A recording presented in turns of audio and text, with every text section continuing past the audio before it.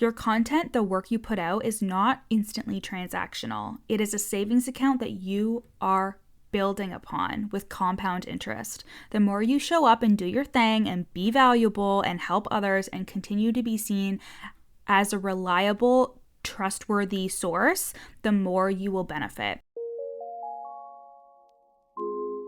You're listening to the From Imposter to Empowered podcast. I'm your host, Jill Perrick, a business and mindset coach who specializes in imposter syndrome.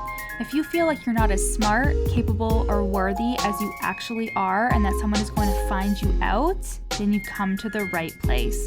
I went from being a struggling government worker, working my coaching business on the side, but feeling unworthy and burnt out, to making multiple six figures helping women overcome imposter syndrome so they too can sign clients, make bank, and have the business or career of their dreams. I am nothing special. I have a stuttering disability, ADHD, and I struggle with anxiety and depression. So if I can learn how to feel good enough and overcome my inner imposter, then so can you. Let's dig in. Hi, my loves. Welcome back to the From Imposter to Empowered podcast. I am so happy to have you here. I am Jill Perrick, business and mindset mentor for entrepreneurs, helping you overcome imposter syndrome so you can make bank in your business. And we have kicked off the Fraud Squad last week, which is my 12-week mastermind. And you guys, I'm so obsessed with the women inside of this fucking mastermind. I just love them so much. They're going to be making some huge moves.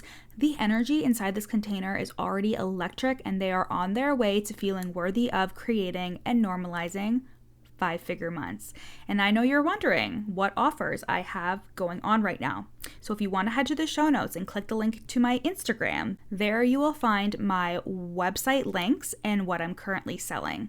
I have a couple of low ticket bundles like the Boss Hypnosis Bundle, which is only $44 and is for you to massively shift your beliefs around imposter syndrome, comparison, confidence in selling, and money mindset.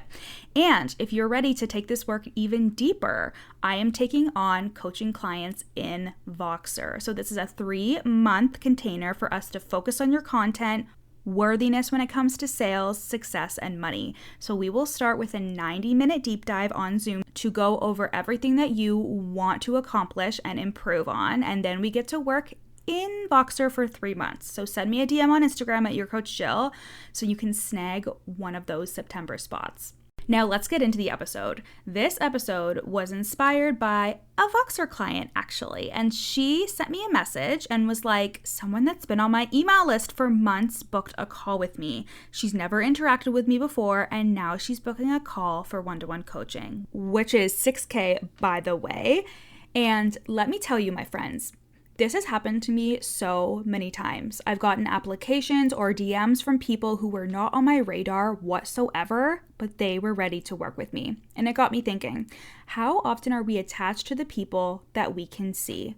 How often are we basing our entire worth and our business's existence on only the people that we can see? And this is a common complaint in the coaching industry, right? Like, you think no one is watching your stories, your Instagram posts are getting shit engagement, your podcasts aren't getting a lot of downloads, etc. And you decide that your thoughts about these things are the truth. When in reality, it is fucking impossible to keep tabs on every single person who is thinking about working with you. And I highly recommend that you don't even try to do that, because you truly don't know what is going on inside someone's head. The customer journey for someone who works with you, yes, when they work with you, you'll be able to see how their customer journey came to be. But there is an entire process, an entire lead up to them working with you that you will never, ever fucking see. When they're sitting on their couch looking at your Instagram posts on a Saturday night, and they're totally resonating with everything that you're saying. When they're listening to your podcast on their hot girl walks every single day in the months leading up to reaching out to you. I had someone join the Fraud Squad who was like, I binged your whole podcast last summer. I had someone who joined the Fraud Squad that had a peer coaching call with me because we were in the same mastermind together, and she's been thinking about working with me ever since. And you will only ever know of someone's customer journey when they fucking apply to work with you.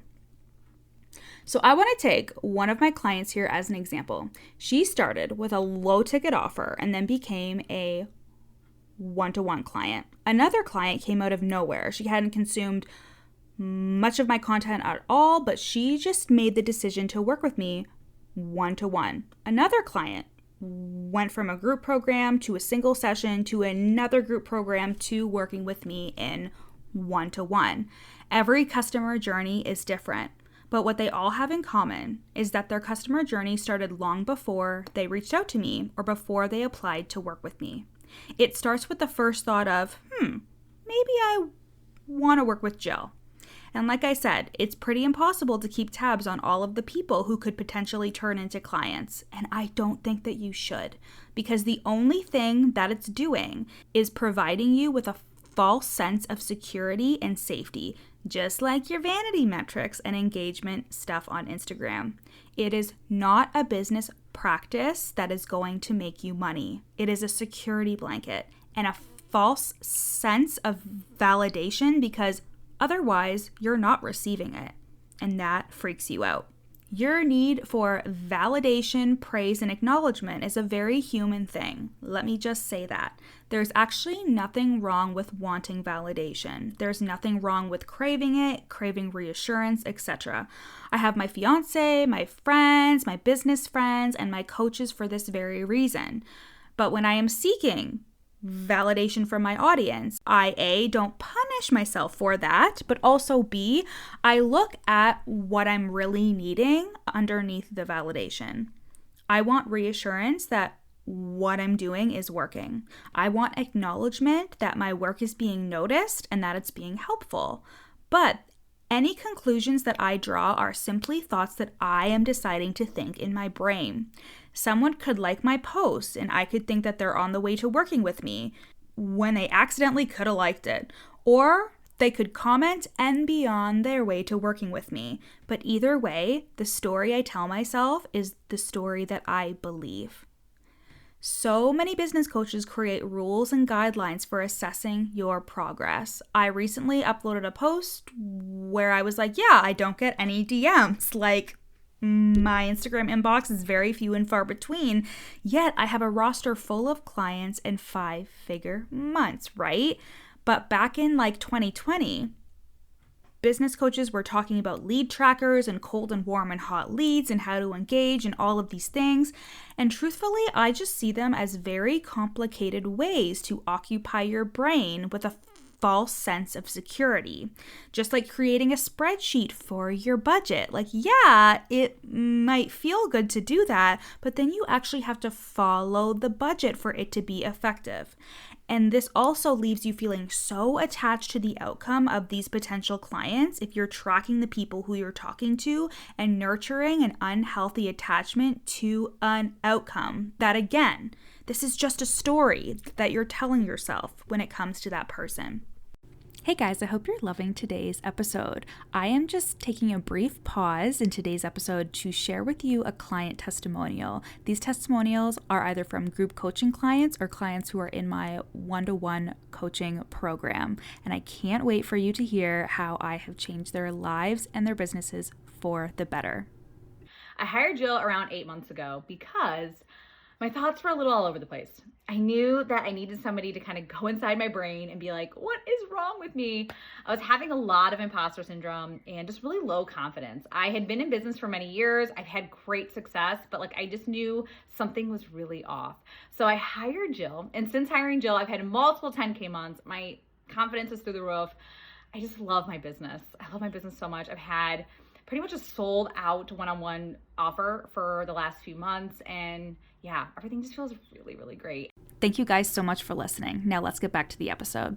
Because the thing is you signed up for the uncertainty of being an online coach or entrepreneur. There is a level of uncertainty when you're putting out content and showing up. And this is why we grab onto things like vanity metrics and engagement, because it grounds us. It gives us a sense of hope. But listen, someone could be up your ass in your comments all the time and never buy from you. Lurkers are real in the online space. The best clients that I've ever had have been silent lurkers who were like, hey, I've been listening to your podcast and I'm ready to buy. And I'm like, what? I didn't even realize you fucking existed. But However, it's the best because it's a constant reminder that the efforts that I'm doing are not in vain, and neither are yours. You have to keep going, showing up, sharing value, and selling your little heart out. Last year, I had a client drought, which means that I did not sign a new client, and that lasted 3 months. And this is why I tell you guys to keep going and to keep showing up and to not give up, because even me, after years of doing this and having a really good reputation in the space, I can still have a time period where I'm not signing any new clients. And I didn't change a fucking thing. Like, I kept my same messaging, my same offer, and lo and behold, I signed a new client that ended the drought. But where you guys get all fucked up is the in-between. You make it mean that something is wrong. You make it mean you're not supposed to be doing this. You make it mean that you can't rely on your business for income and you'll never be able to. You make it the source of all of your problems. And that's why we have coaches, right? My clients never quit because they are aware that this is a long game and that they are not special. We are all subjected to client droughts and people not buying, but it doesn't have to mean a fucking thing about your success.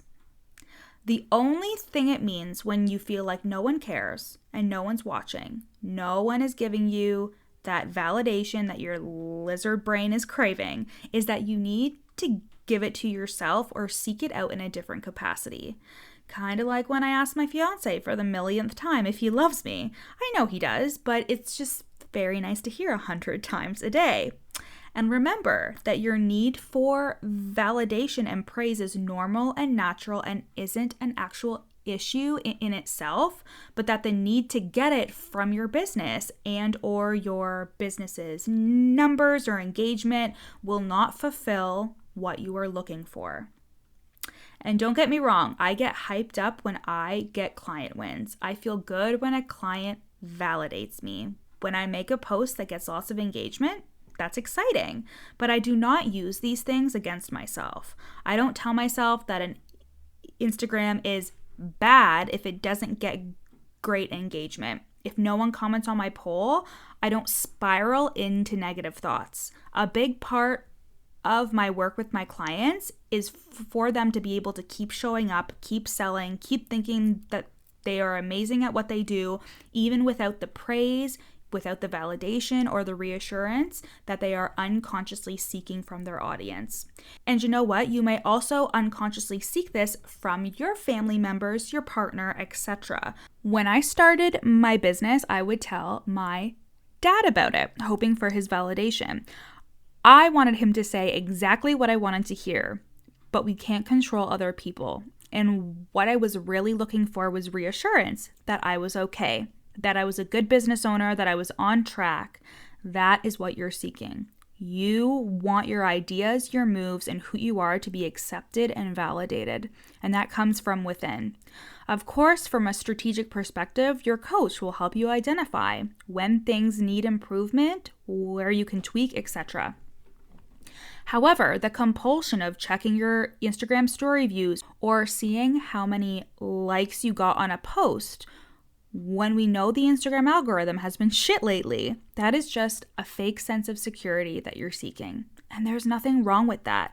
Just make sure that you aren't making it mean anything about you and your business. Because if you make everything you can see with your naked eye mean something, you miss out on all the potential and possibilities inside of trusting yourself and trusting the process. You miss out on the silent lurkers. You miss out on the people who are building a relationship with you and will hire you in 6 months to a year. Your content, the work you put out, is not instantly transactional. It is a savings account that you are building upon with compound interest. The more you show up and do your thing and be valuable and help others and continue to be seen as a reliable, trustworthy source, the more you will benefit. And when you don't shame your need for validation or reassurance and instead seek it out in healthy and conducive ways, you will create far less self-sabotaging stories, and therefore it'll make showing up and sharing your content so much easier. I love you guys, and I hope that you loved this episode. You can go to the link in my show notes and apply for 3 months of Voxer coaching, or check out any of my subconscious reprogramming bundles. Like I said, I love you guys, and I'll see you next week. Thanks so much for listening to the From Imposter to Empowered podcast. Head to the show notes to learn how you can work with me, where you can buy my best-selling book, You're Not Special, and how to get on my email list for free. Screenshot this episode and add it to your Instagram stories, tagging me at Your Coach Jill. See you next time.